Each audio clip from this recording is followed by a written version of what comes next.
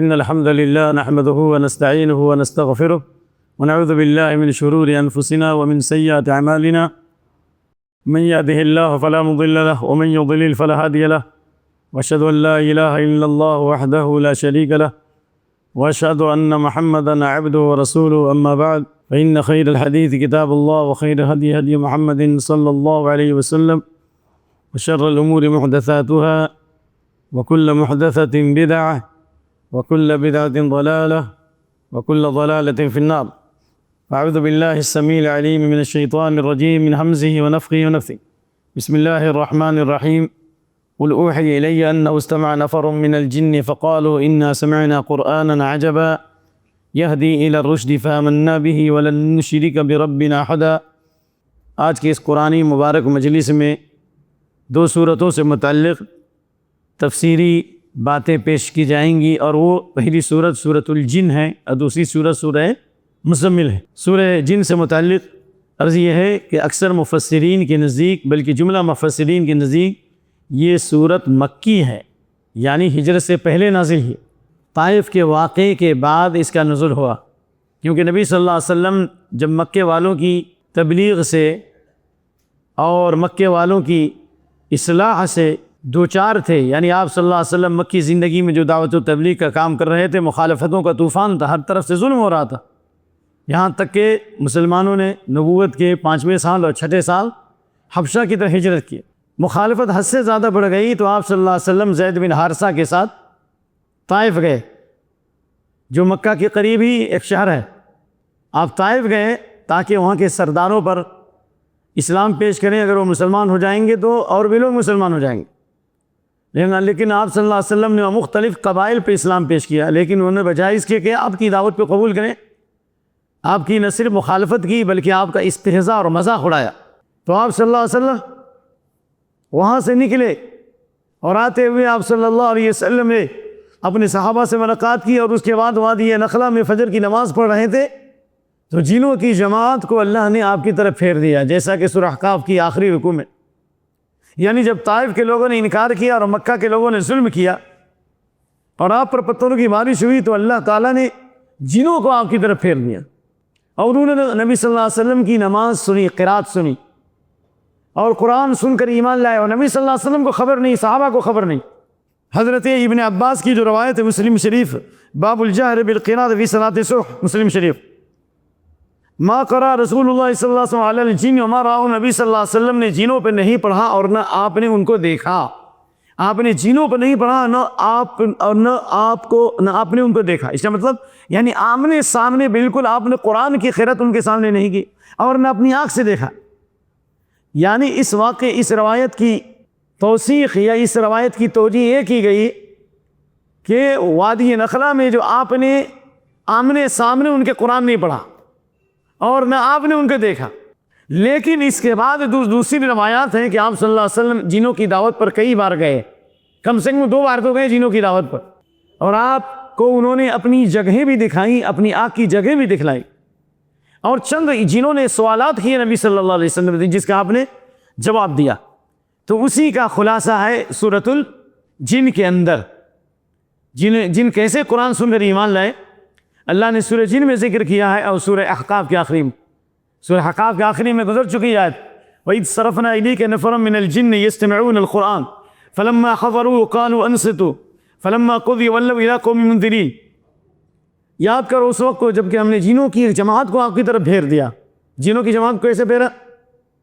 اس لیے کہ نبی صلی اللہ علیہ وسلم کی نبوت اور رسالت کے بعد آسمان کے اوپر پہرداری مقرر کر دی گئی، کیونکہ یہ جن اور شیاطین آسمان میں جاتے تھے، چڑھتے تھے، اور ملائے اعلیٰ جو فرشتے آپس میں جو گفتگو کرتے تھے، جس کا فیصلہ اللہ تعالیٰ زمین میں کرتا ہے، اس بارے میں فرشتے ڈسکس کرتے، گفتگو کرتے، اس کو یہ سن لیا کرتے تھے، اور پھر آ کر کاہن کے پاس اس خبر کو ڈال دیتے، اور کاہن ایک بات میں 100 جھوٹ ملا دیتا، اور اس طرح سے لوگوں کو گمراہ کیا جاتا۔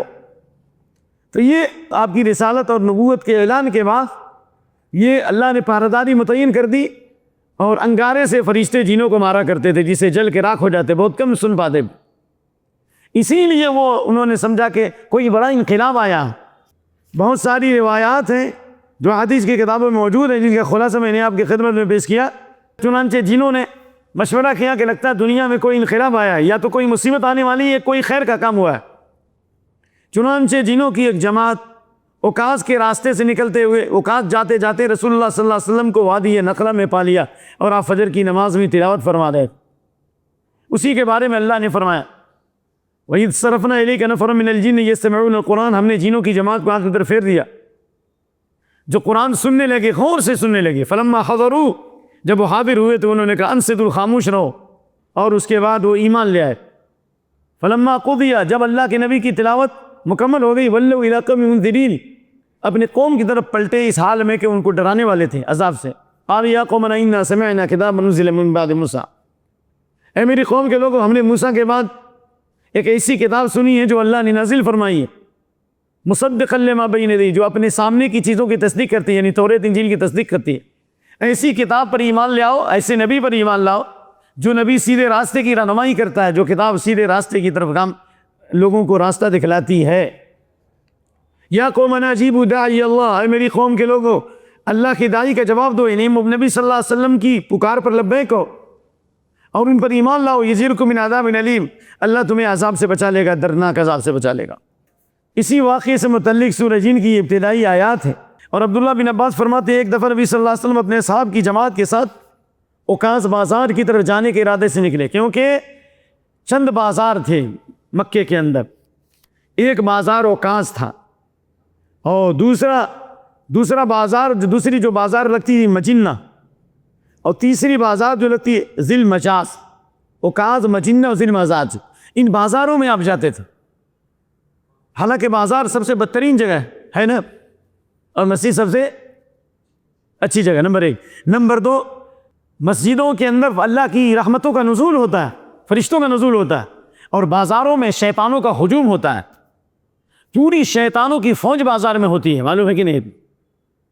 اس لیے وہاں کلمہ توحید پڑھنے کا حکم دیا گیا کثرت سے، لا الہ الا اللہ وحدہ لا شریک لہ لہ الملک ولہ الحمد حی لا یموت بیدہ الخیر وعلی کل شیء۔ لیکن آپ صلی اللہ علیہ وسلم بازار جاتے تھے ان شیطانوں کی جگہوں پر توحید کی آواز لگانے کے لیے، توحید کی دعوت دینے کے لیے۔ تو یہ اوکاز بازار جو ہے ذی القعدہ کی پہلی تاریخ سے لے کر 20ویں تاریخ تک، اور مجنہ جو ہے یہ 20ویں ذی الحجہ سے لے کر آخری تک، اور ذی المجاز جو ہے پہلی ذی الحجہ سے لے کر 8ویں ذی الحجہ تک یہ بازار لگتی تھی۔ آپ ان بازاروں میں جایا کرتے تھے، تبلیغ کیا کرتے، دین کی دعوت دیا کرتے۔ اللہ اکبر۔ اور یہ اوکاز بازار آج بھی اوکاز کے نام سے موجود ہے، جو طائف سے 45 کلومیٹر کی دوری پر ہے۔ تو اللہ کے نبی صلی اللہ علیہ وسلم اوکاز کی طرف جانے کا ارادہ رکھتے تھے تاکہ وہ جا کے تبلیغ کرے۔ وادی نخلہ میں آپ صحابہ کے ساتھ نماز پڑھ رہے تھے۔ جب طائف سے مکہ آ گئے تو مکہ کے اندر جو صحابہ تھے ان کے ساتھ آپ صلی اللہ علیہ وسلم نے یہ نماز پڑھی آپ سے وادی نخلہ میں۔ کیوں پڑھی؟ اس لیے کہ جماعت کے ساتھ مکے میں نماز پڑھنا مشکل تھا، لوگ تو پہاڑ کی گھاٹیوں میں پڑھتے تھے یا بند کمرے میں پڑھتے۔ چنانچہ جنوں کی جماعت نے آپ صلی اللہ علیہ وسلم کا قرآن سنا، انہوں نے آپس میں یہ بات کی کہ انا سمعنا قرآنا عجبا، ہم نے عجیب و غریب قرآن سنا ہے، تعجب انگیز قرآن سن کے بہت متاثر ہوئے۔ اسی کا تذکرہ اس صورت میں۔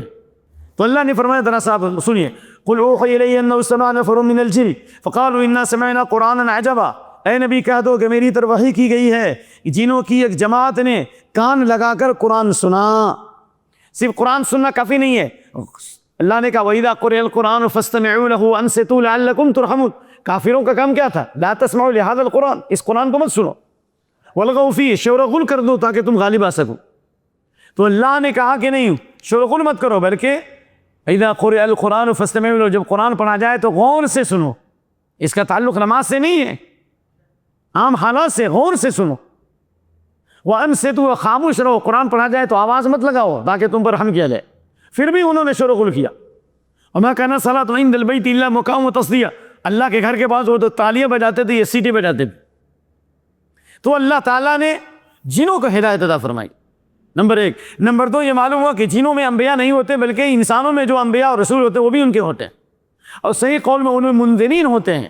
لیکن اس لیے کہ موسیٰ علیہ السلام کی دعوت کے بعد، موسیٰ کے بعد ہم نے کتاب سنی، اس کا مطلب یہ کہ موسیٰ علیہ السلام پہ ایمان لاتے تھے۔ موسیٰ علیہ السلام جنوں میں نہیں تھے بلکہ انسانوں میں تھے، تو اس لیے انسانوں کے رسول جو جس زمانے میں آتے ہیں وہ انسانوں کے لیے بھی ہوتے ہیں اور جنوں کے لیے بھی ہوتے ہیں۔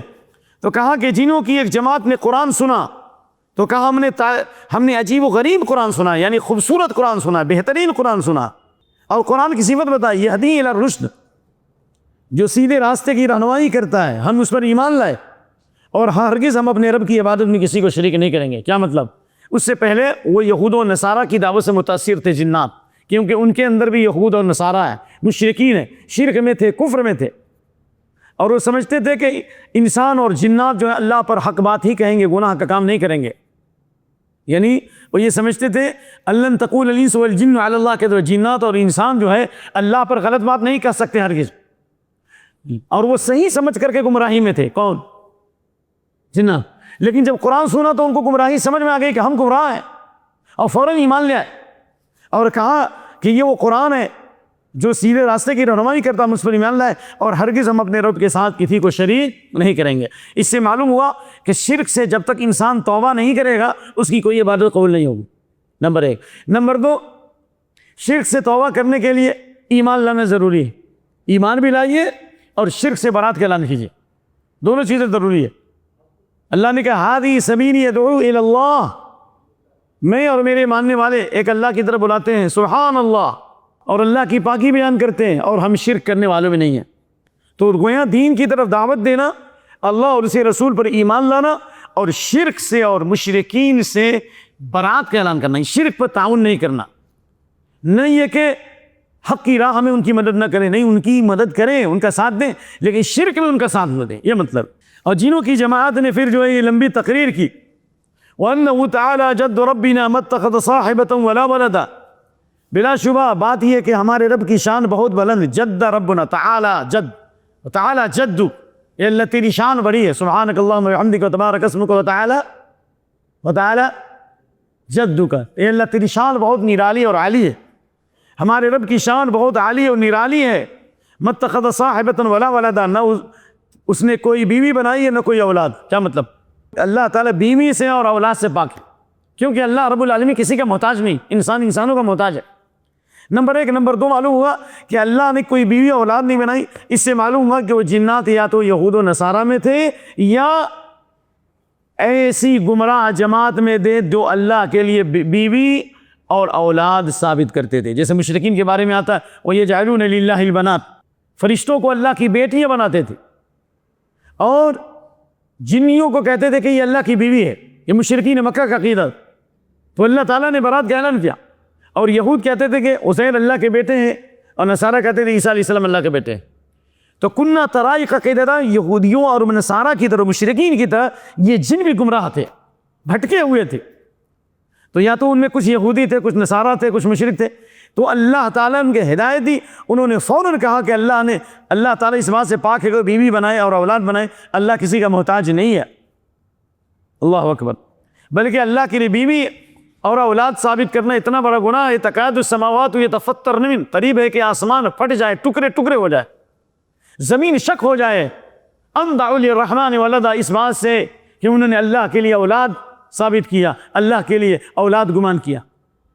وما ينبغي للرحمن ان يتخذ ولدا، اللہ تعالیٰ کے لیے شے نشان نہیں کہ اللہ اولاد بنائے، اللہ اس سے پاک ہے۔ لم یلد ولم یولد، نہ اس سے کوئی چیز نکلی ہے، نہ وہ کسی چیز سے نکلا ہے، نہ وہ جنا ہے، نہ اس سے کوئی چیز جنی ہے، ولم یکن لہ کفوا، اس کے برابر کوئی ہے ہی نہیں۔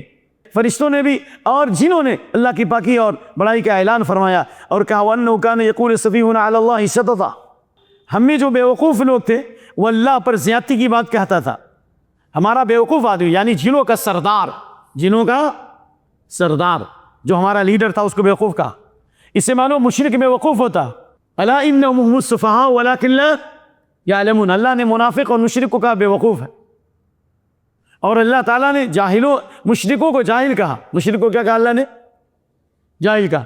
قل فغیر اللہ تأمرونی اعبد ایھا الجاہلون، اے جاہلو کیا تم مجھے غیر اللہ کی عبادت کا حکم دیتے ہو؟ تو کہا ہم میں سے جو بیوقوف تھا، ہمیں جو بیوقوف تھا وہ اللہ کے اوپر جھوٹ بات، زیادتی کی بات کہتا تھا، یعنی اللہ کی تو وہ باتیں منسوب کرتا تھا جس سے اللہ پاک ہے۔ وَأَنَّا ظَنَنَّا، اور ہم نے گمان کیا تھا کہ بے شک انسان اور جنات اللہ پر ہرگز جھوٹ نہیں بولیں گے، یعنی ہم جو گمراہ ہوئے اس لیے نہیں کہ ہم نے اپنے آپ کو گمراہ سمجھا، ہم یہ سمجھتے تھے کہ یہ جنات اور یہ انسان جو گمراہ ہمیں کیے یہ ان کی بات صحیح ہے، اس کا مطلب یہ ہے کہ ان جنوں کے ایمان لانے کی وجہ یہ تھی کہ اللہ نے ان کے دل پاک و صاف رکھے تھے، اور جو گمراہی پر تھے اس گمراہی کو حق پہ سمجھ رہے تو ان کو علم نہیں تھا، لیکن جس کو علم ہو اور علم کے باوجود اگر حق پر نہیں آتا ہے تو اللہ ان کو ہدایت نہیں دیتا۔ فلما زاغوا ازاغ اللہ قلوبہم، جب انہوں نے ٹیڑھے راستے پہ اختیار کیا تو اللہ نے ان کے دلوں کو ٹیڑھا کر دیا۔ وقالوا قلوبنا غلف، اللہ نے یہودیوں کو ہدایت کیوں نہیں دی؟ اللہ کے نبی لو آمن بی عشرۃ من اليہود لآمن باليہود، بخاری شریف، اگر 10 یہودی ایمان لے آتے تو سارے یہودی ایمان لے آتے۔ 10 یہودی ایمان لاتے تو سارے، یعنی 10 یہودی کا مطلب لو آمن بی عشر من رؤساء اليہود، یعنی یہودیوں کے 10 بڑے لیڈر اگر ایمان لے آتے تو سارے یہودی ایمان لے آتے۔ کیوں نہیں؟ اس لیے کہ حق معلوم ہے ان کو۔ فلما جاءهم ما عرفوا كفروا به، حق جاننے کے بعد انکار کیا انہوں نے۔ اتینا الذین اتیناہم یعرفون کما یعرفون ابناءہم، جس اپنے بیٹوں کو پہچانتے اس طرح دین کو، ایمان کو، نبی صلی اللہ علیہ وسلم کو، قرآن کو، ہر حق کو پہچانتے، جان بوجھ کر انہوں نے ٹیڑھے راستے کا اختیار کیا۔ تو اس لیے جتنے گمراہی کی دعوت دینے والے لوگ انٹرنیٹ، موبائل کے ذریعے، فیس بک کے ذریعے، چینلوں کے ذریعے گمراہ کر رہے ہیں، جان بوجھ کر اللہ ان کو ہدایت نہیں دیتا۔ ان کے چینوں کو ہدایت مل جاتی ہے لیکن ان کو ہدایت نہیں ملتی۔ کیوں؟ وَنُقَلِّبُ أَفْئِدَتَهُمْ وَأَبْصَارَهُمْ كَمَا لَمْ يُؤْمِنُوا بِأَوَّلِ مَرَّةٍ وَنَذَرُهُمْ فِي طُغْيَانِهِمْ يَعْمَهُونَ، اللہ تعالیٰ ان کے دینوں کو پھیر دیتا ہے اور ان کی نگاہوں کو اللہ گمراہی کی طرف پھیر دیتا ہے۔ جب پہلی مرتبہ ایمان نہیں لائے یعنی حق سمجھنے کے بعد ایمان نہیں لاتے تو اللہ گمراہی کی طرف پھیر دیتا ہے۔ صرف اللہ قلوبہم بأنہم قوم لا یفقہون، اللہ ان کے دینوں کو پھیر دیتا ہے اس بات سے کہ وہ سمجھتے نہیں ہیں۔ لہذا ہمیں کثرت سے دعا پڑھنی چاہیے، ربنا لا تزغ قلوبنا بعد اذ ہدیتنا وہب لنا من لدنک رحمۃ انک انت الوہاب۔ اب آئیے یہاں پر جنوں کی دلوں کی پاکیزگی کی وجہ سے اللہ نے ان کو ہدایت دی، اور جنہوں نے نبی صلی اللہ علیہ وسلم کو بلایا دعوت دے کر، اور اس بارے میں 2 روایتیں ہمیں معلوم ہیں، جن میں سے ایک روایت کیا ہے؟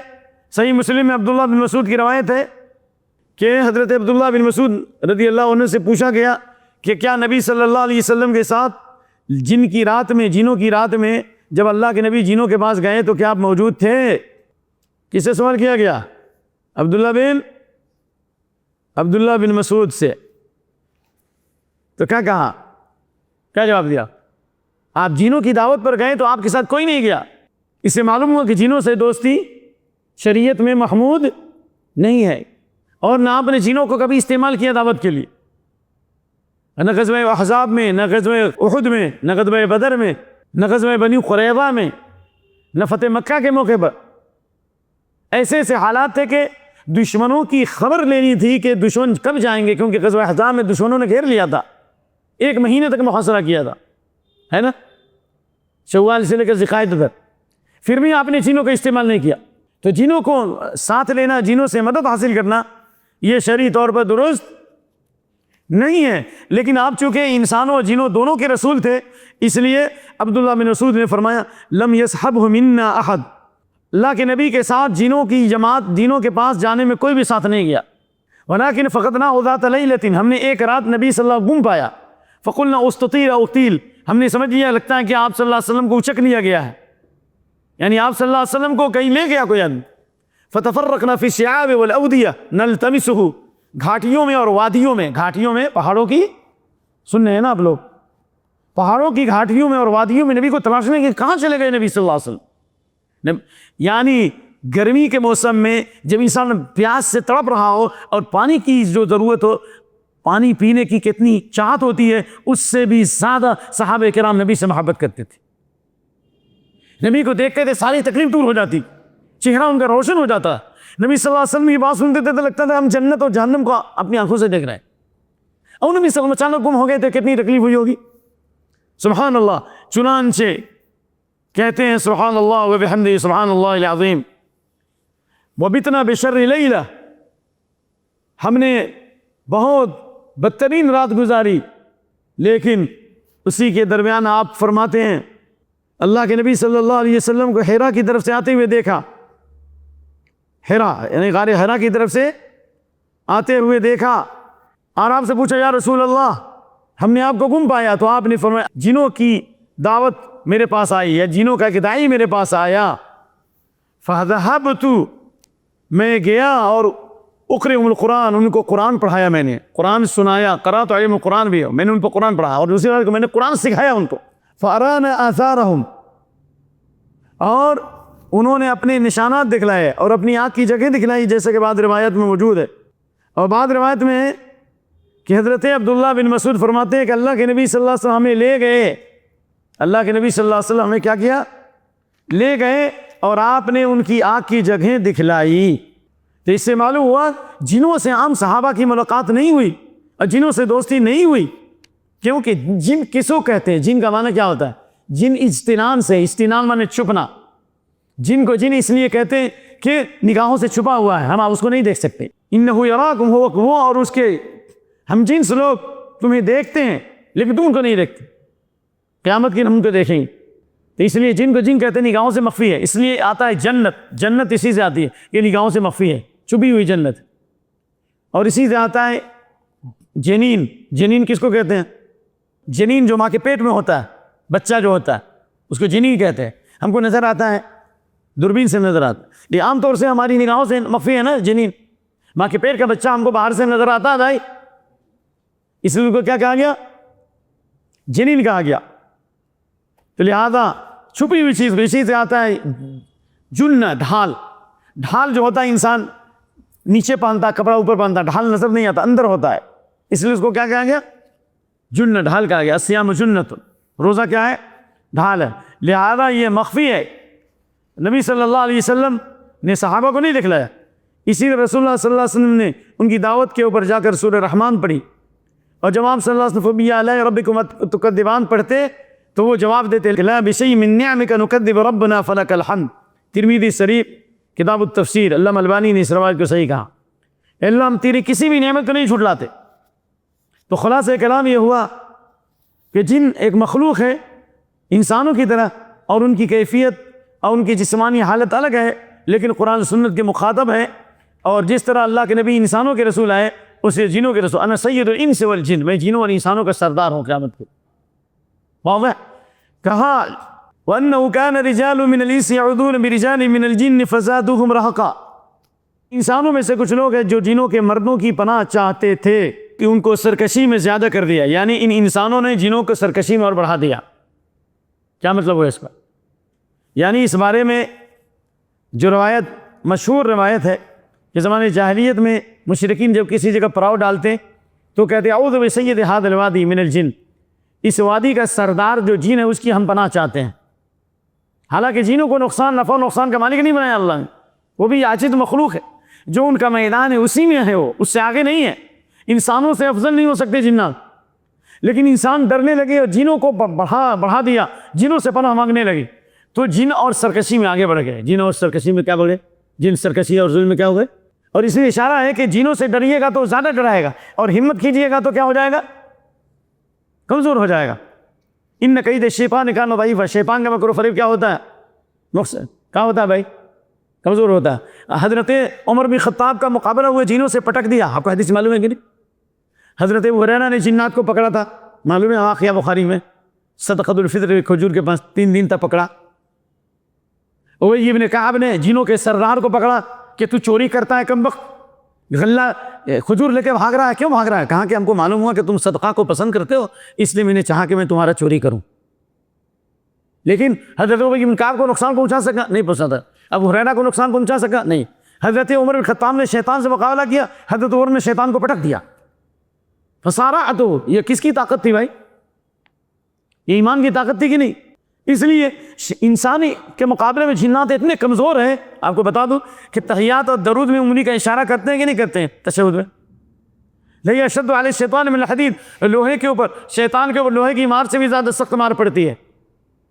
شیطان کے اوپر لوہے کی مار سے بھی زیادہ سخت مار پڑتی ہے.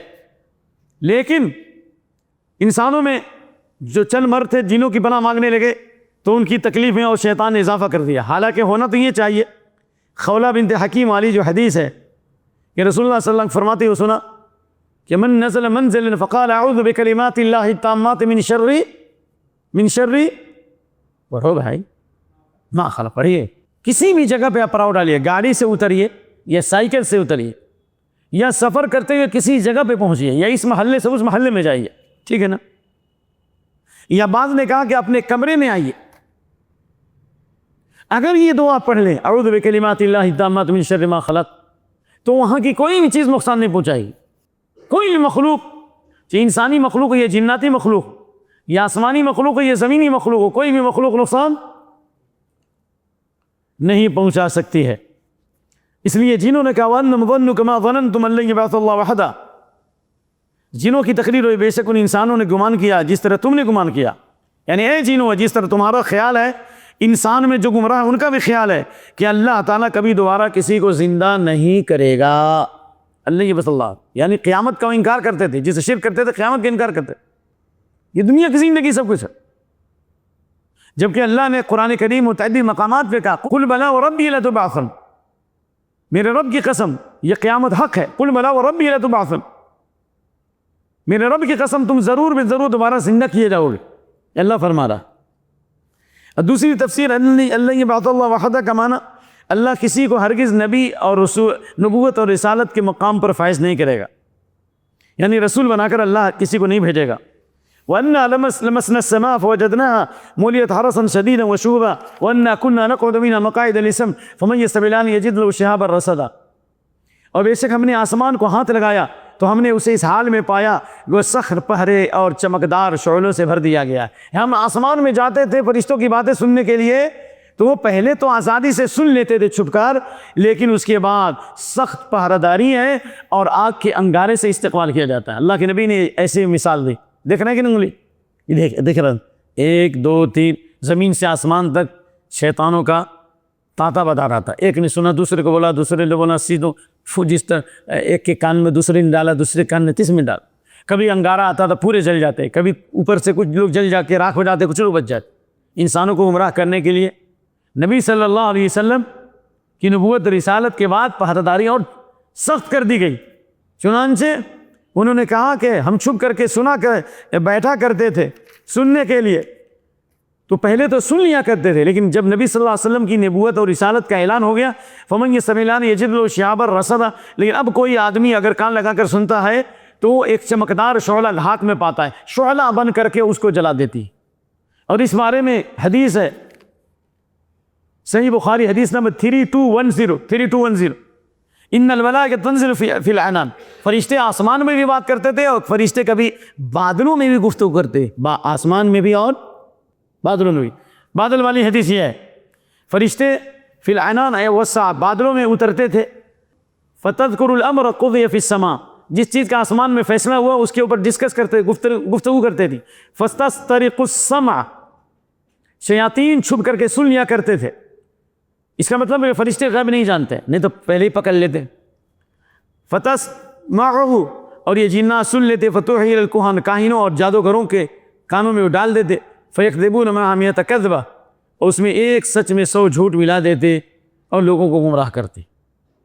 اللہ نے کہا وَأَنَّا لَا نَدْرِي أَشَرٌ أُرِيدَ بِمَنْ فِي الْأَرْضِ أَمْ أَرَادَ بِهِمْ رَبُّهُمْ رَشَدًا، جن کہہ رہے کہ ہم نہیں جانتے کیا ان لوگوں کے ساتھ جو زمین میں ہیں کسی برائی کا ارادہ کیا گیا ہے یا ان کے رب نے ان کے ساتھ کسی بھلائی کا ارادہ فرمایا ہے. کیا مطلب؟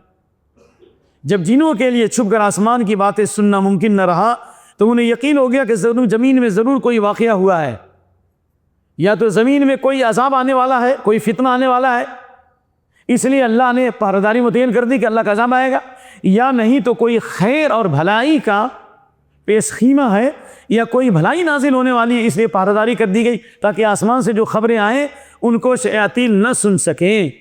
بعد میں تحقیق سے معلوم ہوا کہ نبی صلی اللہ علیہ وسلم کے اوپر نبوت اور رسالت کا فیضان ہوا، اس لیے اللہ نے سخت چوکسی کا انتظام فرمایا. نمبر 1. نمبر 2، جنہوں نے جو ایمان لایا اللہ کے ساتھ کتنا بہترین ادب کیا.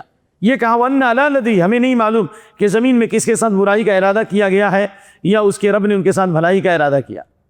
شر کی نسبت اللہ کی طرف نہیں کی، اللہ نے ان کے ساتھ بھلائی کا ارادہ کیا، یا کس کے ساتھ برائی کا ارادہ کیا گیا ہے، یہ نہیں کہ اللہ نے ان کے ساتھ برائی کا ارادہ کیا. اس میں اشارہ ہے کہ اللہ کے سارے فیصلے خیر ہیں، انسان پر جو مرتب ہوتا ہے وہ انسان کے لیے شر ہو جاتا ہے. لہذا وَالشَّرُّ لَيْسَ إِلَيْكَ، اللہ کے نبی صلی اللہ علیہ وسلم کی حدیث ہے، یہ مسلم کتاب صلاۃ المسافرین حدیث 771 کہ اللہ شر تیری طرف نہیں، شر تیری طرف نہیں، تبارک ربنا تو پاک اور بے عیب ہے، شر تیری طرف نہیں، یعنی شر اور برائی کی نسبت اللہ کی طرف نہیں کی جائے گی۔ اللہ کا ہر کام خیر ہے، اللہ کے فیصلے میں شر نہیں ہے۔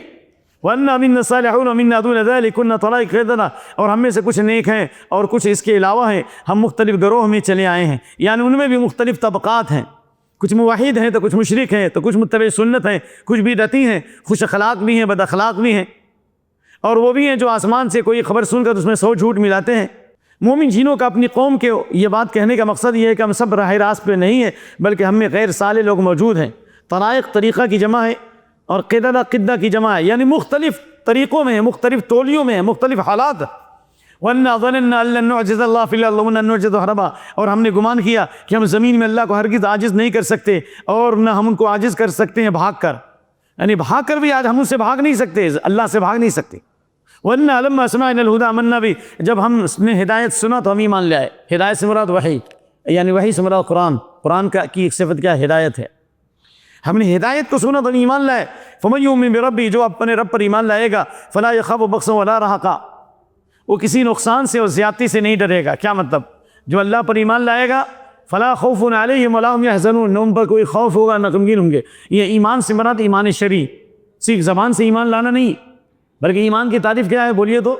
تصدیق بالجنان، اقرار باللسان، عمل بالارکان، دل سے تصدیق کرنا، زبان سے اقرار کرنا اور عمل سے اس پر قائم رہنا۔ یعنی جو عمل کے ساتھ ایمان لائے گا وہ نفع و نقصان کا اسے خوف نہیں ہوگا، یعنی موت کے وقت بھی خوف نہیں ہوگا، قبر میں بھی خوف نہیں ہوگا، قیامت میں بھی خوف نہیں ہوگا، کیونکہ ایمان کا معنی امن ہے۔ ایمان کا معنی کیا ہے؟ امن ہے۔ سورہ انعام کی آیت نمبر 82، الذین آمنوا ولم یلبسوا ایمانهم بظلم اولئک لهم الامن وهم، بولیے، مہتدون۔ جو لوگ ایمان لائے، جنہوں نے اپنے ایمان کو ظلم سے نہیں ملایا، ان کے لیے مکمل امن و شانتی ہے۔ اللہ اکبر۔ اور آگے وَأَن لَّوْ اسْتَقَامُوا عَلَى الطَّرِيقَةِ، یہاں سے ایک جملہ معترضہ ہے۔ بعض مفسرین کہتے ہیں قُلُوا إِلَيَّ فَأَطْفَ، میری طرف وحی کی گئی ہے کہ اگر مکہ کے لوگ سیدھے راستے پر قائم رہیں یا سیدھے راستے پر قائم رہتے تو ہم انہیں لَأَسْقَيْنَاهُم مَّاءً غَدَقًا، ہم انہیں بہت کثیر مقدار میں پانی پلاتے، میٹھا پانی شراب کرتے، لِنَفْتِنَهُمْ، تاکہ انہیں آزمائیں، یعنی نعمتوں کے ذریعے آزمائیں۔ اس میں اشارہ ہے کہ اگر مشرکین مکہ اگر سیدھے راستے پر رہتے، میٹھے پانی سے سیراب کرتے، نعمتوں کی بارش ہوتی، ایک تفسیر۔ اور اس کی تائید اس آیت سے وَلَوْ أَنَّ أَهْلَ الْقُرَىٰ آمَنُوا وَاتَّقُوا لَفَتَحْنَا عَلَيْهِمْ بَرَكَاتٍ مِّنَ السَّمَاءِ، اگر بستی والے ایمان لے آئیں اور تقوی اختیار کریں تو آسمان اور زمین سے بہت سی برکتیں ان پر کھول دیں، لیکن انہیں جھٹلایا تو ہم نے اس کی وجہ سے پکڑ لیا۔ یعنی اگر بستی والے، شہر والے ایمان لائے تو اللہ آسمان اور زمین کی برکتیں کھول دے۔ کیا مطلب؟ آسمان سے بارش برسائیں، زمین سے غلے اگا دے، کھیتیاں سبز و شاداب ہو جائیں اور اللہ ان کی روزی پوری کر دے، روزی میں برکت دے۔ اور اس بارے میں مسلم احمد کی حدیث ہے حضرت ابو ہریرہ سے، امام ابن کثیر نے اس روایت کی توثیق کی، امام احمد بن حنبل کے نزدیک بھی روایت قابل حجت ہے۔ اللہ فرماتے لو ان عبیدی لا طاعونی لاسقیتم المطر باللیل ولا طلعتم علیم الشمس بالنہار ولما سمعتم صوت الرعد، اگر میری اطاعت کریں یعنی دین پہ قائم رہ جائیں تو رات میں مسلسل بارش برسائیں گے اور دن میں سورج نکالیں گے اور کڑک اور بجلی کی آواز نہیں سنائیں گے۔ اس جیسے اور بھی آیات ہیں، لیکن وقت کی کمی سے ہم پیش نہیں کر پا رہے ہیں۔ اور دوسری تفسیر یہ ہے لَوْ اسْتَقَامُوا عَلَى الطَّرِيقَةِ کا ایک معنی ابن کثیر وغیرہ نے کیا اور امام طبری نے بھی بعض قول نقل کیا کہ اگر وہ اپنے ظالم طریقوں پر قائم رہیں، یعنی کافروں کے طریقوں پر اگر قائم رہیں، کافرانہ طریقوں پر قائم رہیں گے تو ہم انہیں سیراب تو کریں گے لیکن پھر اللہ کا عذاب آئے گا۔ دونوں تفسیر ہے، اگر صحیح راستے پر رہیں گے تو نعمتیں ملیں گے اور غلط راستے پر رہیں گے تو بھی ہم ان کو سیراب تو کریں گے لیکن پھر اللہ کا عذاب آئے گا۔ جیسے فَلَمَّا نَسُوا مَا ذُكِّرُوا بِهِ فَتَحْنَا عَلَيْهِمْ أَبْوَابَ كُلِّ شَيْءٍ، جو ابو سعید خدری کی حدیث ہے ترمذی میں۔ گناہ کے باوجود جب اللہ کسی بندے پر انعام کرتا ہے تو یہ اللہ کی طرف سے ڈھیر ہے، مہلت ہے۔ پھر اللہ نے فرمایا جب انہوں نے میری نصیحت کو بھلا دیا تو ہم نے ہر چیز کے دہانے کھول دیے، یہاں تک کہ جب نعمتوں میں مگن ہو گئے ہم نے ان کو اچانک پکڑ لیا، فَإِذَا هُمْ مُبْلِسُونَ، اس وقت وہ مایوس ہو گئے۔ تو اس میں دونوں تفسیر ہے۔ وَمَن يُعْرِضْ عَن ذِكْرِ رَبِّهِ يَسْلُكْهُ عَذَابًا صَعَدًا، لیکن پہلی تفسیر زیادہ قوی ہے انشاءاللہ۔ جو اپنے رب سے اعراض کرے گا یعنی دو دین سے بھاگے گا، شریعت سے بھاگے گا، قرآن سے بھاگے گا، نبی کی دعوت سے بھاگے گا، یسلک عذاب السعادہ، اللہ اسے سخت عذاب میں داخل کرے گا۔ کیا مطلب؟ سعادہ کہتے ہیں مصدر چڑھائی، ایسا عذاب جو دن بدن بڑھتا ہی جائے گا، ایسے عذاب میں داخل کرے گا جو دن بدن بڑھتا ہی جائے گا۔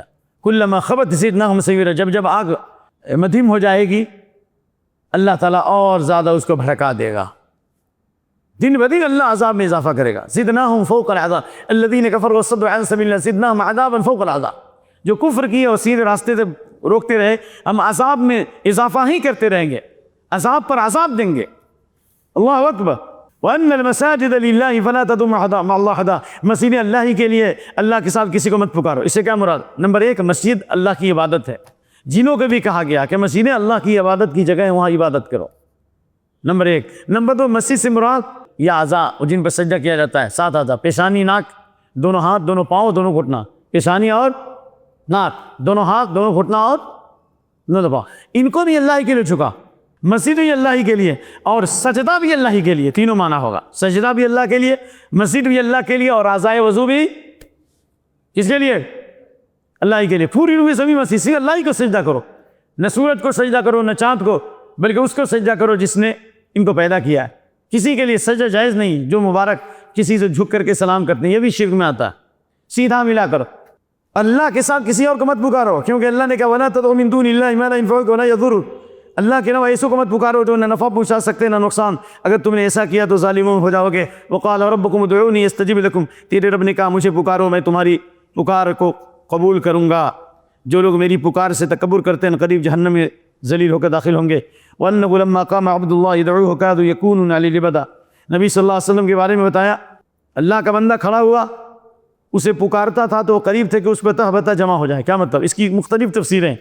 جب اللہ کا بندہ کھڑا ہوا، اللہ کے نبی صلی اللہ علیہ وسلم جب تبلیغ کے لیے کھڑے ہوئے، ایک یا نماز کے لیے کھڑے ہوئے، تو یہ یہود و نصارہ مشرکین اور مشرک جنات قریب ہے کہ آپ پر ٹوٹ پڑے، آپ کی دعوت کو سن کر، ان کے لیے نئی دعوت ہے، آپ کو دعوت سے روک دیں۔ یا اس سے مراد یہ ہے کہ آپ جب اللہ کی عبادت کے لیے کھڑے ہوتے ہیں، نماز کے لیے کھڑے ہوتے ہیں، تو ایمان، جو جنات ایمان لائے وہ آپ کے استقبال میں کھڑے ہوتے ہیں، جو ایمان والے انسان ہیں وہ آپ کے استقبال کے لیے، آپ کی دعوت کو قبول کرنے کے لیے کھڑے ہوتے ہیں، اور جو شیاطین الانس ہیں، جو نبی کے دشمن ہیں، وہ آپ کی مخالفت کے لیے کھڑے ہوتے ہیں۔ سمجھ میں آ رہا ہے کہ حق اور باطل کی کشمکش ہوگی، اہل ایمان آپ کی تائید کریں گے، مشرکین مخالفت کریں گے، حق اور باطل کی کشمکش ہوگی۔ اور ایک ترجمہ یہ ہے کہ جب اللہ کا بندہ کھڑا ہوتا ہے اس کو پکارنے کے لیے، یعنی عبادت کے لیے، تو یہ قریب ہے کہ ان کے اوپر ان کے پل پڑے، یعنی آپ پر ٹوٹ پڑے، آپ پر حملہ کر دے، آپ کی عبادت سے روکے۔ اللہ نے کہا، نبی کہا تو انما ادعو ربی، میں اپنے رب کو پکارتا ہوں، اس کے سوا کسی کو شریک نہیں کرتا۔ قل انی لا املک لکم ضرا ولا رشدا، میں تمہارے لیے ذرہ برابر نہ نفع کا مالک ہوں نہ نقصان کا۔ قل اننی لن یجیرنی من اللہ احد، اللہ کے علاوہ مجھے کوئی پناہ نہیں دے سکتا۔ ولا نجد من دونہ ملتحدا، اور ہرگز اس کے علاوہ کوئی پناہ کی جگہ نہیں ہے۔ الا بلاغا من اللہ ورسالاتہ، مگر اللہ اور اس کے رسول کے پیغام کو پہنچانا۔ میں نفع نقصان کا مالک نہیں ہوں، مگر میں صرف اتنا ہی مالک ہوں جتنا اللہ نے مالک بنایا ہے کہ میں صرف تبلیغ کا کام کروں، پہنچا دیتا ہوں، بس اتنی اللہ نے قدرت دی ہے۔ لیکن ہدایت دینا، نفع نقصان پہنچانا، تکلیف دور کرنا میرے بس میں نہیں ہے۔ قل لا املک لنفسی نفعا ولا ضرا الا ما شاء اللہ، سورہ اعراف کی آیت نمبر 188۔ میں اپنے لیے ذرہ برابر نہ نفع کا مالک ہوں نہ نقصان کا مالک ہوں۔ تمہارے جب اپنے لیے مالک نہیں ہو تو تمہارے لیے کیسے مالک؟ اور نہ میں غیب جانتا رہا، میں غیب جانتا بہت ساری بھلائی جمع کر لیتا۔ اور دوسری تفسیر کیا ہے؟ قل اننی لن یجیرنی من اللہ، اللہ کے علاوہ کوئی مجھے پناہ نہیں دے سکتا، اور ہرگز اس کے علاوہ کوئی پناہ کی جگہ نہیں پاتا مگر اللہ کی تبلیغ، یعنی اگر اللہ کی تبلیغ کروں گا تو اللہ ہمیں پناہ دے گا اور اللہ تعالیٰ ہماری حفاظت کرے گا۔ اور یہ عصی اللہ اور رسول، جو اللہ اس کے رسول کی نافرمانی کرے گا اس کے لیے جہنم کی آگ ہے جس میں ہمیشہ ہمیش رہے گا۔ اس لیے اللہ نے تبلیغ کے اوپر حفاظت کا وعدہ کیا، بلغ ما انزل الیک من ربک وان لم تفعل فما بلغت رسالتہ واللہ یعصمک من الناس۔ اگر تبلیغ کا کام کریں گے تو اللہ آپ کو لوگوں سے بچائے گا۔ اس میں اشارہ ہے کہ ہم سب توحید کی دعوت دیں گے تو اللہ ہماری حفاظت کرے گا۔ اور سورہ جن کا اختتام، حتی اذا وما یعدون فسیعلمون من اضعف ناصرا وقل عددا، یہ اس طرح غفلت میں رہیں گے یہاں تک کہ جب وہ چیز دیکھ لیں گے جن کا ان سے وعدہ کیا جاتا ہے تو ضرور جان لیں گے کون ہے جو مددگار کے اعتبار سے زیادہ کمزور ہے اور جو تعداد میں زیادہ کم ہے۔ کیا مطلب؟ جن کا ان سے وعدہ کیا گیا آخرت کا عذاب یا دنیا میں عذاب آنے والا ہے، جیسے بدر میں وہ مارے گئے، خندق میں مارے گئے، اور غزوہ حنین میں مارے گئے، اور اللہ ان کا ذلیل و خوار کیا۔ تو یا تو دنیا کا عذاب یا دنیا کے عذاب کے ساتھ آخرت کا عذاب، دونوں تفسیر ہے۔ یہاں تک کہ وہ کہتے تھے کہ ان کان ھذا ولاق فامطر علینا حجارۃ من السماء، اگر محمد کی دعوت حق ہے تو آسمان سے پتھروں کی بارش برسا دے، اب یہ تینا بعذاب علیم، یا دردناک عذاب لیا۔ اور اللہ کے نبی سے عذاب کا مطالبہ کرتے تھے، قیامت کا دھماکہ دیتے ہو تو قیامت کب آئے گا بتاؤ؟ اللہ اقترب للناس حسابهم فی غفلۃ معرضون، حساب کا وقت قریب آ چکا ہے لیکن یہ جلدی مچا رہے ہیں۔ یہاں تک کہ جن کا وعدہ کیا گیا دنیاوی عذاب، آخری عذاب جب آ جائے گا ان قریب وہ جان لیں گے کہ مدد کے اعتبار سے کون زیادہ کمزور ہے اور جو تعداد میں کم ہے۔ جب ایمان والوں کو اللہ عزت دے گا اور اہل حق کو اللہ غلبہ دے گا تو انہیں اپنی تعداد کی کثرت پر جو فخر تھا وہ ان کا فخر ٹوٹ جائے گا۔ یا اس سے مراد یہ ہے موت کے وقت جو ہے اللہ تعالیٰ ان کو ذلیل و خوار کرے گا، کیونکہ یضربون وجوہہم وادبارہم، فرشتے ان کے چہرے اور ان کی پیٹھ پہ مارتے ہیں۔ یا یہ مراد ہے ام یقولون نحن جمیع منتصر، ہم ایک جماعت ہیں جو بدلہ لے کر رہنے والے ہیں۔ مشرکین مکہ کا ہماری تعداد بہت زیادہ، بدلہ لینے والے ہیں۔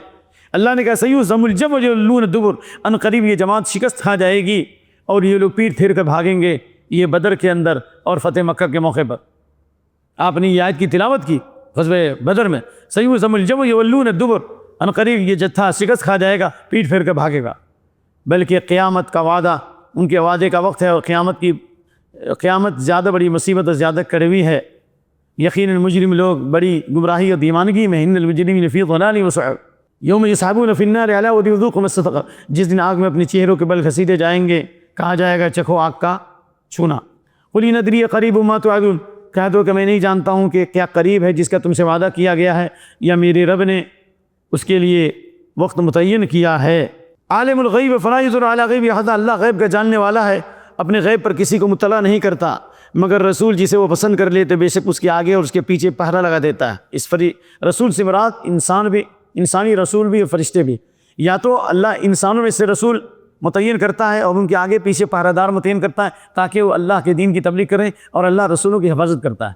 یا اس سے مراد فرشتے جو آسمان سے خبریں لاتے ہیں، اللہ پہرہ داری رکھتا ہے اور ان کی حفاظت کرتا ہے تاکہ وہی شیطانوں کے شر اور فتنے سے کیا ہو، محفوظ ہو۔ کیونکہ جبریل امین جب وحی لے کر آتے تھے ساتھ ساتھ فرشتے بھی نازل ہوتے تھے۔ انہم عن السمع لمعزولون، شیطانوں کو دور رکھا جاتا تھا وحی کے سننے سے۔ دونوں حفاظت مراد ہے۔ لیعلم ان قد ابلغوا رسالات ربهم، تاکہ اللہ جان لے کہ انہوں نے اپنے رب کے پیغام کو پہنچا دیا، یعنی فرشتوں نے اللہ کے پیغام کو نبیوں تک پہنچا دیا۔ یا دوسری تفسیر، نبیوں نے اللہ کے پیغام کو امت تک پہنچا دیا۔ وحاط بما لدیہم وحصى كل شيء عددا، اور اس نے وہ تمام چیزوں کا احاطہ کر رکھا ہے جو ان کے پاس ہے، ہر چیز کو اللہ نے گن رکھا ہے۔ الحمدللہ سورہ جن کی تفسیر مکمل ہو گئی، اور بہت اختصار سے تھوڑا وقت باقی ہے۔ سورہ مزمل، یہ مزمل جو ابتدائی 5 سورتوں میں سے ایک سورت ہے جو نبی پر نازل ہوئی تھی۔ مزمل کو مزمل کیوں کہا گیا؟ اس لیے کہ اللہ کے نبی پر جب پہلی وحی نازل ہوئی اور غار حرا سے آئے تو آپ نے حضرت خدیجہ سے کہا زملونی زملونی، چادر اڑا دو چادر اڑا دو۔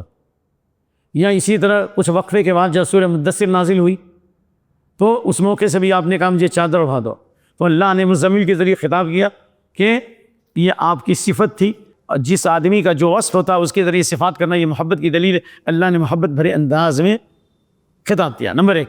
نمبر 2، یا ایھا المزمل سے خطاب کرنے کا مطلب یہ ہے کہ اب چادر اڑھنے کا وقت نہیں، اب بیداری کا وقت ہے، دعوت کے لیے آپ کو جگنا پڑے گا، سستی کاہلی چھوڑیے۔ یا ایھا المزمل، تو یہ 2 وجہیں ابھی ظاہر ہوتی ہیں۔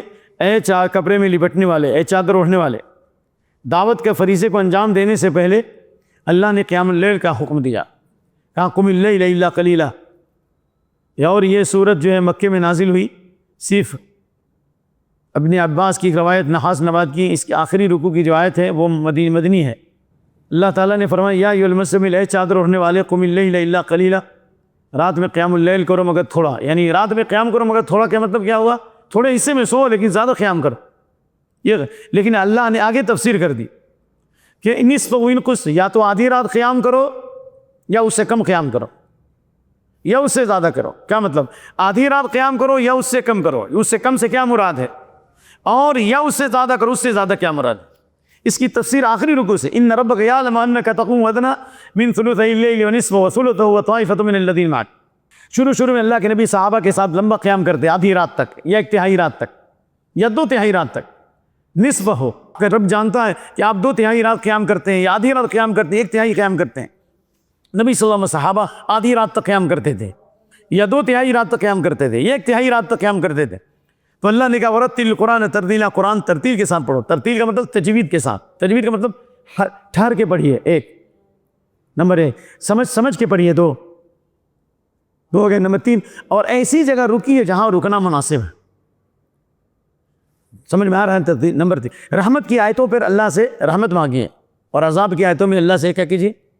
پناہ مانگیے. یہ سب تجوید میں داخل. لہذا صرف پڑھنا کافی نہیں ہے، ترتیل ضروری. اگر اس طرح پڑھیں گے، صحیح پڑھیں گے، ٹھہر کا مخارج اور صفات کی ادائیگی کریں گے اور معنی کو سمجھیں گے، اس پر عمل کریں گے، تو قیامت کے اللہ کہے گا یقال لصاحب القرآن اقرأ وارتقب ورتل، قرآن پڑھتے جاؤ، جنت میں چڑھتے جاؤ جیسے دنیا میں تم ٹھہر کے پڑھتے تھے. صرف قرآن پڑھنے والوں کی فضیلت نہیں ہے، قرآن پڑھنے، سمجھنے اور اس پر عمل کرنے والوں کی فضیلت ہے. اللہم اجعلنا من اہل القرآن واہلک وخاصہ.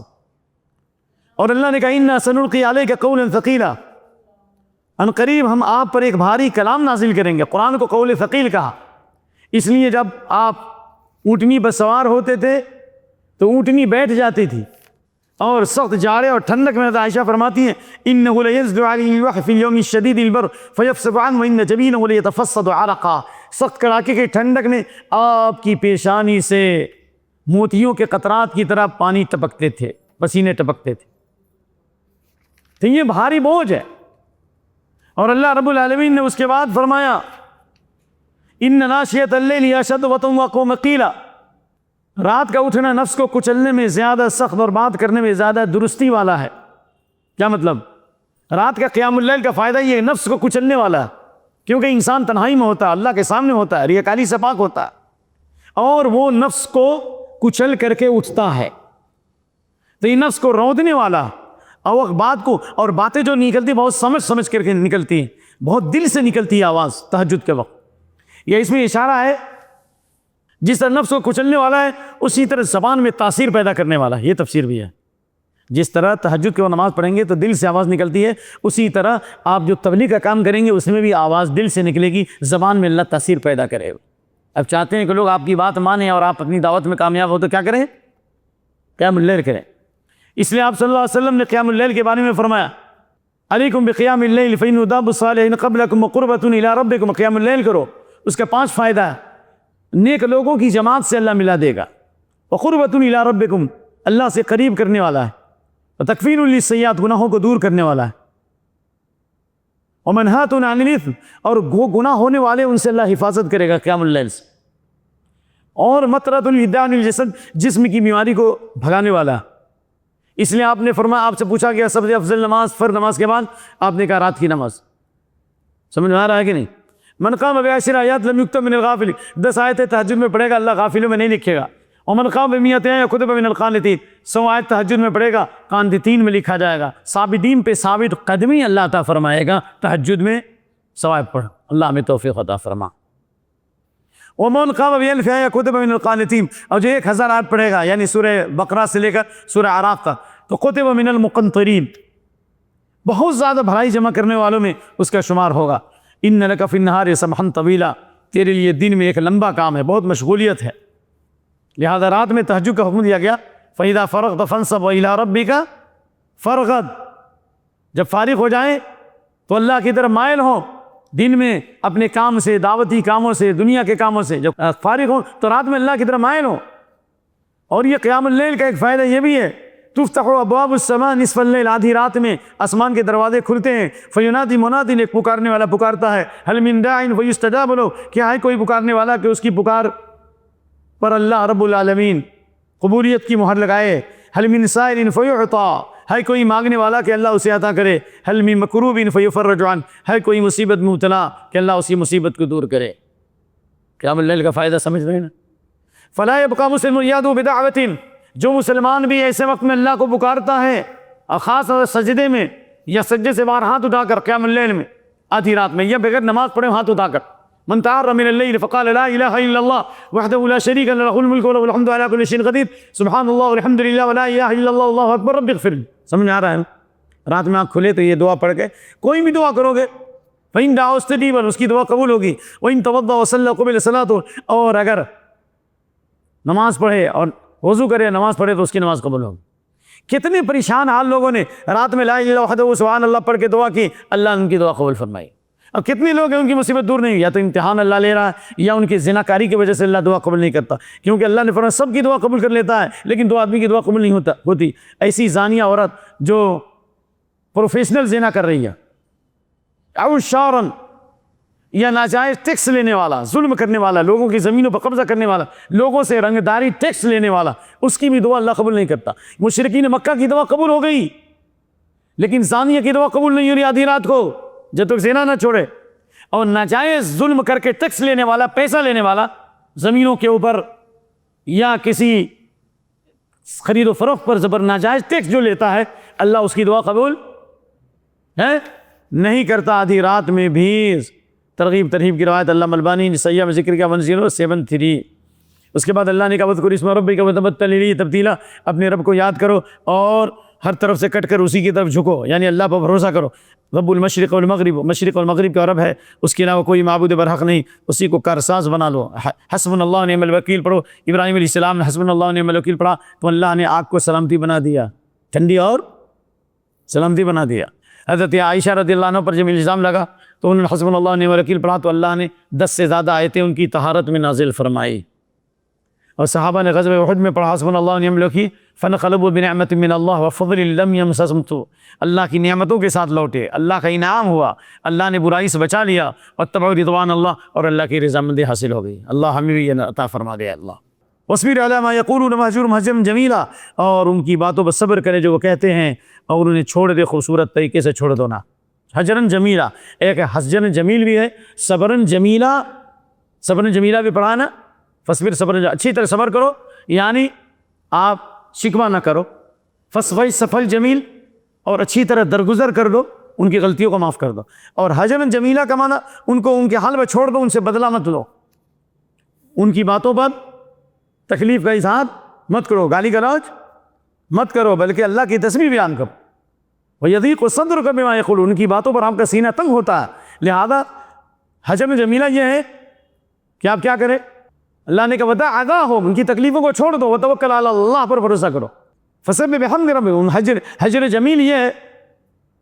اللہ نے فرمایا کہ فَسَبِّحْ بِحَمْدِ رَبِّكَ، اللہ کی تسبیح بیان کیجیے. وَكُن مِّنَ الساجدين، جتنی مخالفت ہو رہی ہے خوب تسبیح پڑھو، سبحان اللہ والحمدللہ سبحان قدوس، مخالفت میں سبحان اللہ الحمدللہ پڑھنا چاہیے. وَكُن مِّنَ سجدہ کرو، خوب نفل نماز پڑھو، قوت پیدا ہو. جس طرح سے موبائل چارج ہوتا ہے، جتنی نماز پڑھیں گے اسی سے آپ چارج ہوں گے. ایمانی چارج، آپ کی ایمان کی بیٹری چارج ہوگی. یہ حجر جمیل کا طریقہ یہ ہے کہ نمازیں پڑھیے، اور اسی کا اللہ نے حکم دیا کئی آیات میں. وَذَرْنِي وَالْمُكَذِّبِينَ أُولِي النَّعْمِ، اور اللہ کے نبی ہر وقت اللہ کو یاد کیا کرتے تھے. وَذَرْنِي وَالْمُكَذِّبِينَ أُولِي النَّعْمِ وَمَهِّلْهُمْ قَلِيلًا إِنَّ لَدَيْنَا أَنْكَالًا وَجَحِيمًا وَطَعَامًا ذَا غُصَّةٍ وَعَذَابًا أَلِيمًا يَوْمَ تُرْجَفُ الْأَرْضُ وَالْجِبَالُ وَكَانَتِ الْجِبَالُ كَثِيبًا مَهِيلًا. وَذَرْنِي، مجھے چھوڑ دے اور ان جھٹلانے والوں کو جو خوشحال ہیں، اور انہیں تھوڑی سی مہلت دے. بلا شبہ ہمارے پاس بیڑیاں ہیں، پاؤں ان کی بیڑیاں لگیں گے، سخت بھڑکتی ہوئی آگ، گلے میں پھنس جانے والا کھانا اور دردناک عذاب، جس سے زمین اور پہاڑ کانپیں گے اور پہاڑ گرائی ہوئی ریت کے ٹیلے ہو جائیں گے. یعنی اگر یہ نہیں مانتے تو چھوڑ دیجیے، ہم ان سے بدلہ لیں گے، آپ ان سے بدلہ نہ لیں، ہم کافی ہیں آپ کے لیے. آپ دعوت کا کام کرو گے نا، دین کا کام کرو گے، قرآن و سنت کی دعوت دو گے نا، تو اللہ نے کہا یا ایھا النبی حسبک اللہ ومن اتبعک من المؤمنین، اے نبی اللہ آپ کے لیے کافی ہے، جن ایمان والوں نے آپ کی پیروی کی ان کے لیے بھی اللہ کیا ہے، کافی ہے. قیامت تک ایمان والوں کے لیے اللہ کافی ہے کہ نہیں. جس دن زمین سخت انداز میں ہل جائے گی اور پہاڑ بھی ہل جائے گا، بلکہ ڈھیر میں تبدیل ہو جائے گا، مٹی کا ڈھیر بن جائے گا، اور اس کے بھی دھوئی ہوئی روئی کی تو اڑا دے گا، ریزہ ریزہ کر دے گا. لا تری فیہا وجہ ملامتا، ناپید ہو جائے گا، نہ کوئی زمین اوپر ہوگی نہ نیچے ہوگی، نشیب و فراز سے زمین پاک ہوگی، بالکل زمین برابر ہو جائے گی. میں نے تمہاری طرف رسول بنا کر بھیجا تاکہ تم پر گواہی دے. قیامت کے دن نبی صلی اللہ علیہ وسلم تمام امتوں پر گواہی دیں گے، اس امت پر بھی گواہی دیں گے. جس طرح فرعون کی طرف رسول بنا کر بھیجا، فرعون نے رسول کی نافرمانی کی، اور رسول سے موسیٰ علیہ السلام، ہم نے اس کو سخت عذاب میں پکڑ لیا. اشارہ ہے مکہ کے لوگ، جس طرح فرعون کو پکڑا ہے اسی طرح اللہ کا عذاب تم پر بھی آئے گا. اس امت کا فرعون ابو جہل، تو اللہ نے فرعون کو پکڑا کہ نہیں، پر ابو جہل کو، عتبہ شیبہ ربیہ کو پکڑا کہ نہیں، بڑے بڑے سردار قریش کو پکڑا کہ نہیں پکڑا. اللہ بدلہ لیتا ہے کہ نہیں لیتا ظالموں سے، لے لیا کہ نہیں اللہ نے ظالموں سے. اللہ تعالیٰ نے کہا فعصى فرعون الرسول، فرعون نے رسول کی نافرمانی کی تو ہم نے سخت عذاب میں پکڑ لیا۔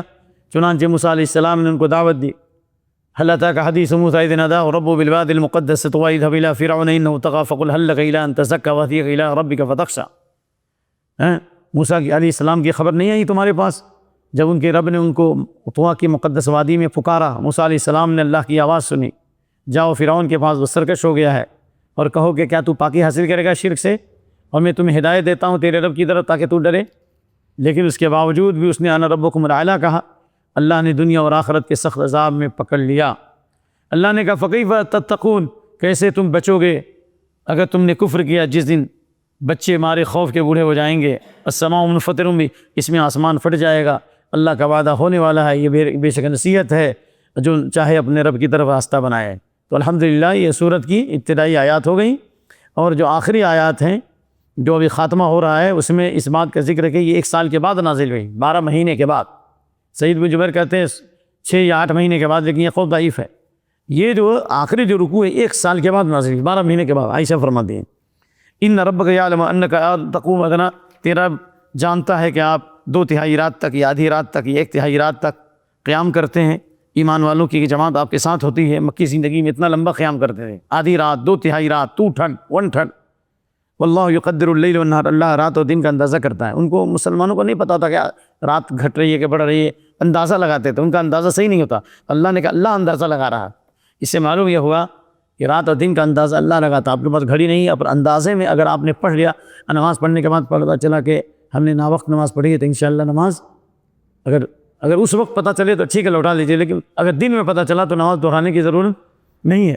اللہ رات اور دن کا اندازہ لگاتا ہے۔ علم، اللہ نے جان لیا کہ ہرگز تمہیں اس کی طاقت نہیں ہے، اس لیے اس نے تمہاری توبہ قبول کی۔ فقرؤ ما تیسر من القرآن، قرآن سے جو آسان ہو پڑھو۔ یا قرآن سے مراد نماز، رات جتنا آسان ہوتے ہیں نماز پڑھو۔ 2 رکعت بھی پڑھ لیا، اذا ایقظ الرجل اہلہ فصلی رکعتین کتب من الذاکرین، بیوی کو اٹھایا 2 رکعت بھی نماز پڑھ لی تو ذاکرین میں اللہ شمار کرے گا۔ ٹھیک ہے، جو آسان ہو، یا اسی مراد قرآن سے جتنا آسان ہو پڑھو۔ علم ان سیکون مرضی، اللہ نے جان لیا کہ آپ میں مریض بھی ہیں کچھ لوگ، اور عنقریب مریض ہوں گے، دوسرے لوگ جو زمین میں سفر کریں گے جو اللہ کے فضل کو تلاشیں گے، اور کچھ لوگ ہوں گے جو اللہ کی راہ میں قتال کریں گے۔ حالانکہ یہ مکی آئے تھے ایک قول کے مطابق، لیکن حکم مدینے کا دے رہے ہیں کہ زمین میں سفر کریں گے یا قتال کریں گے، یہ حکم تو مدینے میں نازل ہوا۔ اس سے معلوم ہوا کہ نبی کا معجزہ ہے کہ جو چیز ہونے والی تھی اللہ نے وقت سے پہلے بتا دیا۔ لہذا نہ جو آدمی دن میں کام کرتا ہو، سفر کرنے والا ہو، دین کا کام کرنے والا ہو، اس کو پوری رات قیام نہیں کرنا چاہیے۔ تو اللہ کے نبی کے بارے میں اللہ نے فرمایا کہ اللہ نے جان لیا کہ آپ ہمیشہ، اس کی طاقت نہیں ہے کہ آپ آدھی رات تک قیام کر سکیں یا 2/3 قیام کر سکیں، 1/3 قیام کر سکیں۔ جو نبی طاقت نہیں رکھتے ہیں، لیکن بعض بزرگوں کے بارے میں مشہور کیا گیا، انہوں نے 40 سال عشاء کے وضو سے فجر کی نماز پڑھی، تو کیا یہ نبی سے افضل ہو جائیں گے؟ نعوذ باللہ۔ نبی کے بارے میں فرما رہا ہے کہ ہرگز تمہیں طاقت نہیں ہمیشہ آدھی رات تک قیام کرنے کی، تھک جائیں گے آپ، 2 دن 4 دن کریں گے۔ اور یہ 40 سال تک عشاء کے وضو سے فجر کی نماز پڑھ رہے ہیں، تو ان کو طاقت کہاں سے آئی؟ اس لیے شیخ سعدی نے کہا مپندار سعدی کے راہ صفا، تمام رفع برجس پہ مصطفیٰ۔ اے سعدی گمان مت کر، نجات کا راستہ مصطفیٰ صلی اللہ علیہ وسلم کے علاوہ کوئی راستہ نہیں۔ خلاف پیمبر کثیرہ غزیب، ہرگز بمنزل نخواہد رسید۔ محمد صلی اللہ علیہ وسلم کے علاوہ کوئی بھی آدمی کوئی راستہ اختیار کرے گا، تائے جتنی بھی عبادت کرے، کبھی اس کو جنت نہیں ملے گی، منزل نہیں ملے گی۔ اس لیے اللہ نے کہا جتنا آسان ہو قرآن سے پڑھو، جتنا ہو سکے اتنا ہی قیام اللیل کرو۔ 2 رکعت اگر ہمیشہ پڑھتے ہو، یہ زیادہ بہتر ہے کہ آپ نے 11 رکعت وتر سے پڑھی، ایک دن پڑھا اور سال بھر سوئے رہے۔ لا تکن مثل فلان یقوم اللیل، اللہ کے نبی نے فرمایا کہ فلاں کی طرح مت ہو جاؤ، جو عبداللہ بن عمر سے آپ نے کہا جو قیام اللیل کرتا تھا پھر چھوڑ دیا۔ نہیں، 2 ہی رکعت پڑھو کہ ہمیشہ کر، 4 ہی پڑھتے ہو ہمیشہ پڑھو، 1 ہی رکعت بھی تو پڑھتے ہو ہمیشہ پڑھو، یہ زیادہ محبوب۔ ان حب الاعمال الی اللہ ادومها وان قل، اللہ کو زیادہ محبوب عمل ہے جو ہمیشہ کیا جا کرتے، تھوڑا ہی کرو۔ فقرؤ ما تیسر من القرآن، جو آسان ہو اس سے پڑھو۔ وقیم الصلاۃ، نماز قائم کرو، زکات دو۔ وقرضوا اللہ قرضا حسنا، اللہ کو قرض ادا کرو، یعنی صدقہ خیرات کرو۔ زکات کی فرضیت مدینے میں ہوئی، لیکن اس کا حکم مکے میں نازل ہوا، 1 نمبر 2 اس سے مراد لفظی زکات ہے۔ نمبر 3 وقرضوا اللہ قرضا حسنا سے مراد یہ ہے وقف کرو اللہ کی راہ میں، جو زمینیں وقف کرو۔ ان آیتوں کے نزول کے بعد صحابہ نے زمینیں وقف کی کہ نہیں کی؟ حضرت ابو طلحہ انصاری نے جو ہے بہت بڑا باغ وقف کر دیا، ابو دحدہ انصاری نے بہت بڑا باغ وقف کر دیا، حضرت عبداللہ بن عمر نے اپنی اونٹنی اللہ کی راہ میں وقف کر دی، حضرت عمر رضی اللہ عنہ کو بہت لمبی چوڑی زمین ملی تھی خیبر میں، اس کو اللہ کی راہ میں وقف کر دیا. ٹھیک ہے نا؟ یہ وقف کے اوپر دلیل ہے، وقف کرنا چاہیے تاکہ مرنے کے بعد بھی اس کا ثواب ملتا رہے گا. وما تقدموا لانفسکم من خیر تجدوه عند اللہ، جو کچھ تم اپنے نفس کے لیے خیر کا کام کرو گے اللہ کے پاس پاؤ گے، وہ خیرن، وہ بہتر ہے اور اجر کے اعتبار سے اور زیادہ عظیم ہے.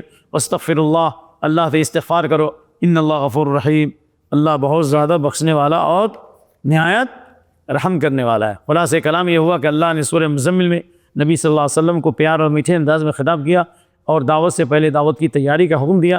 اس سے معلوم ہوا ایسے نہیں اچانک تبلیغ کا کام نہیں کرے، پلاننگ کرے، اور پلاننگ میں سب سے پہلے روحانی طاقت بھی، مادی طاقت بھی. مادی طاقت تو ہونی چاہیے بالکل سے، روحانی طاقت کے لیے قرآن زیادہ سے زیادہ پڑھیے اور قیام اللیل کیجیے، اس سے آپ کی زبان میں تاثیر ہوگی اور آپ کی دعاؤں سے اللہ لوگوں کے دنوں کو پھیر دے گا. آخر اسی تہجد کی طاقت تھی کہ اللہ تعالیٰ نے آپ کی دعا کی برکت سے پورے قبیلے دوس کے ہدایت عطا فرمائی. آپ کی دعا کی برکت سے عمر بن خطاب کو ہدایت ملی کہ نہیں ملی؟ بڑے بڑے ظالم و جابروں کو اللہ نے ہدایت، ثمامہ بن اسال کو اللہ نے ہدایت دے دی. روئے زمین پر سب سے بدترین چہرہ نبی کا تھا، لیکن آپ کی دعا، آپ کی دعوت کو دیکھ کر، آپ کے چہرے کو دیکھ کر اور آپ کی بات کو سن کر نبی صلی اللہ علیہ وسلم کا چہرہ سب سے زیادہ روشن ہو گیا. دعا تھی نبی کی دعوت، قیام اللیل کی برکت تھی، آپ کی دعوت کی برکت. اللہ دل قرآن کو ہمارے دلوں کی بہار بنا دے، آمین کہو. غموں کو دور کر دے، ہماری پریشانیوں کو حل کر دے. اللہ ہمیں ان لوگوں میں بنا الذین یتلون کتابک حق تلاوت، جو تیرے کلام کی تلاوت کرتے ہیں جیسا کہ اس کی تلاوت کا حق ہے، پڑھتے بھی ہیں، سمجھتے ہیں، اس پر عمل بھی کرتے.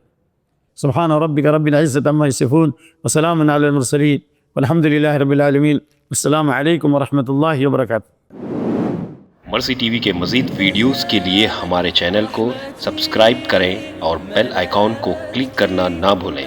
جزاک اللہ خیر. مرسی ٹی وی، پیغام رحمت.